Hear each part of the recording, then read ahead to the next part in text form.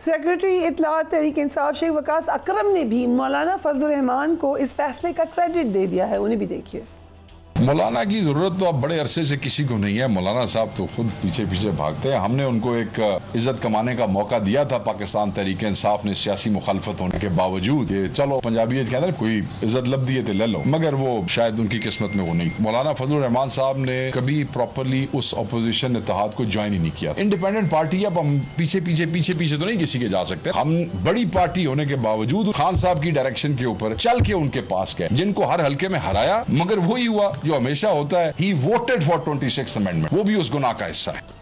محمد زبیر صاحب and حفیظ اللہ نیازی صاحب، thank you so much for being on the program. I'll start with you نیازی صاحب، یہ جو فیصلہ آیا ہے اس کے بعد حکومت کو 2/3 اکثریت مل چکی ہے، اب حکومت ہر قسم کی قانون سازی اور آئینی ترمیم کا اختیار بھی لے چکی ہے، سو آپ کو کیا ایک مضبوط حکومت نظر آ رہی ہے آئندہ دنوں میں؟ حکومت تو وہ کہتے ہیں کہ ایک دفعہ نواز شریف صاحب پنجاب کے چیف منسٹر تھے اور جنرل ضیاء الحق صاحب صدر تھے، ان کو توتی بولتا تھا، تو ان کے خلاف ایک کیمپین چل پڑی، اور میرا خیال میں مجھے یاد نہیں پڑتا کہ وہ شاید رحیم یار خان کے مخدوم صاحب نے چلائی یا گجرات کے چودھریز نے، یا ان سب نے مل کے چلائی۔ تو ضیاء الحق صاحب لاہور تشریف لے کے آئے تو انہوں نے کہا جی نواز شریف کا کوئی کچھ نہیں بگاڑ سکتا کیونکہ اس کا قلعہ مضبوط ہے۔ یہ بڑے مشہور لفظ تھے، الفاظ تھے، اور واقعی نواز شریف صاحب کو کوئی کچھ بھی نہیں بگاڑ سکا تھا۔ یہ کوئی واقعہ ہوگا 1986 کا یا 1987 کا۔ میں یہ آپ کو بتا دوں کہ اس حکومت کا کوئی کچھ نہیں بگاڑ سکتا، کہ ان کا قلعہ بہت مضبوط ہے، لیکن آیا یہ کوئی سیاسی قلعہ؟ یقیناً نہیں ہے۔ آیا اس قلعے پہ کوئی ناز کیا جا سکتا ہے؟ میرا تو خیال ہے کہ کوئی سیاستدان ناز نہیں کرے گا۔ مجھے یہ تکلیف ہوتی ہے، میری تو بہت ہمدردیاں جو ہے موجودہ حکومت کے ساتھ ہیں۔ میں سمجھتا تھا کہ ان کو بڑے نامساعد حالات میں، عمران خان صاحب کے وقت میں جو ان پہ بیتی ہے وہ شاید کسی پہ نہ بیتی ہو، لیکن اس میں کم از کم اس نکلنے کے لیے بندہ اپنی سیاست کو جو اس طرح خرچ نہیں کرتا۔ آج تک انہوں نے جتنے بھی سیاسی اقدام کیے ہیں حکومت میں آنے کے، ووٹ آف نو کانفیڈنس کے وقت میں، اس حکومت کو تبدیل کرنے میں، جتنے کوئی سیاسی اقدامات کیے ہیں، ان کا پولیٹیکل کیپٹل جو ہے وہ تحلیل ہی ہوا ہے، وہ ایک ڈائلیوٹ ہی ہوا ہے۔ اور یہ بات میں نہیں کہہ رہی، یہ خود کہتے ہیں اور بار بار دہراتے ہیں کہ اس پاکستان کو بچانے کے لیے ہم نے اپنی سیاست قربان کر دی، ہم نے سیاسی سرمایہ خرچ کر دیا۔ اس کا مطلب یہ ہے کہ ان کو معلوم تو ہے، یہ کہنا ہے کہ جی کوئی لا علمی میں ہے، تو اگر معلوم ہے اور وہ اس پہ اتراتے ہیں یا اس پہ تعصب کرتے ہیں، مجھے اس میں نہیں پتا، لیکن کیا سیاسی جماعتیں اپنی سیاست کو خرچ کرتی ہیں؟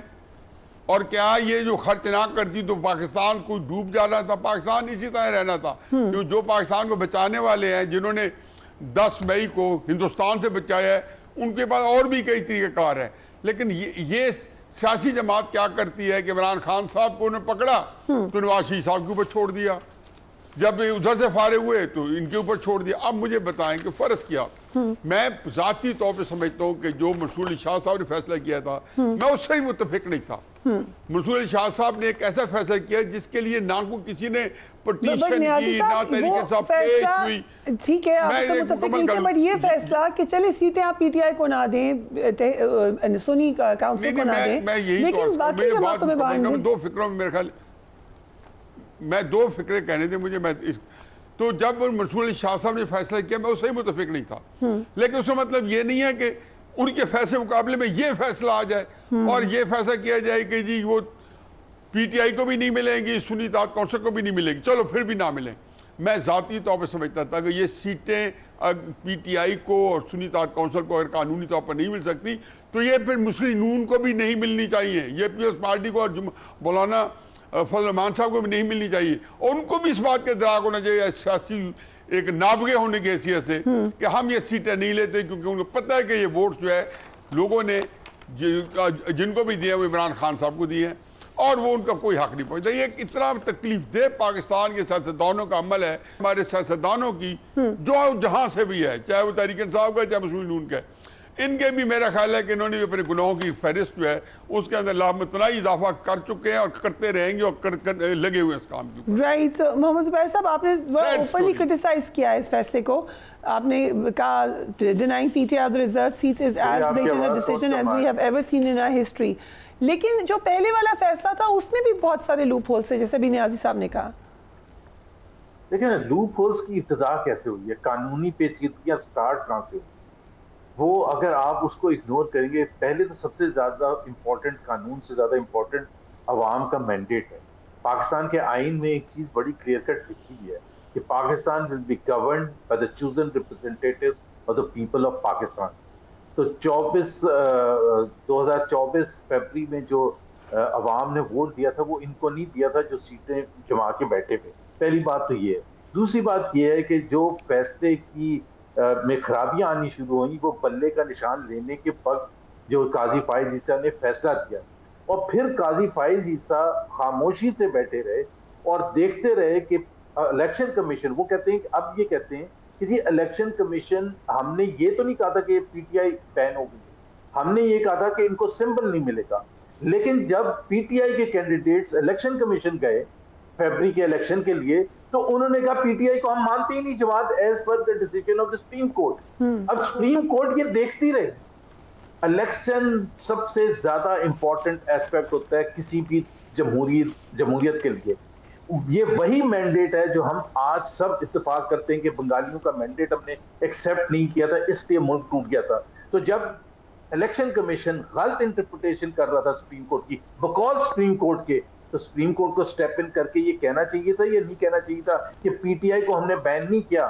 تو اگر سلمان اکرم راجہ اپنے پیپرز لے کے آ رہے ہیں ایز پی ٹی آئی تو اس کو پی ٹی آئی کے طور پر ایکسیپٹ کریں. ایک پہلے کیا وار کس نے, سپریم کورٹ نے, دوسرا وار کیا الیکشن کمیشن نے. سزا کس کو ہو رہی ہے, پاکستان کے عوام کی. I mean, یہ کون سا انصاف ہے؟ اور پیچیدگیاں جو تھیں یا نہیں تھیں, منصور شاہ صاحب نے جب فیصلہ دیا تو یہ دنیا کی تاریخ میں, پاکستان میں تو شاندار ریکارڈ ہے یہ ہماری جوڈیشری کا.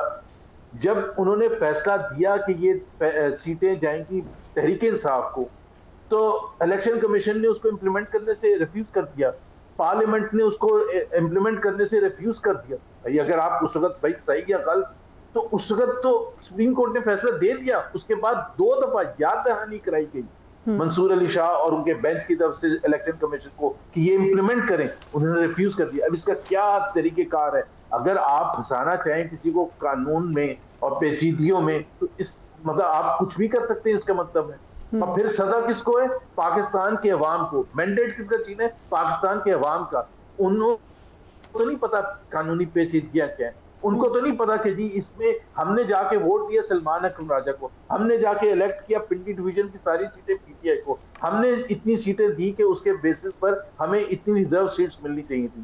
آپ نے واپس جواب دیا کہ اس میں قانونی پیچیدگیاں آ گئی ہیں. یہ کون سا انصاف ہے؟ یہ آج آپ جس طرح سے بھی اس کو اس طرح سے لیں اس طرح سے لیں, لیکن آج سے 10 سال بعد 15 سال کے بعد ہم اس سارے پروسیس کو ایک فکسڈ میچ, ایک فرسٹ اپ, ایک ایسی چیز جو کہ پاکستان کی تاریخ میں بار بار دہرائی گئی ہے, عوام کا مینڈیٹ چھیننے کے لیے.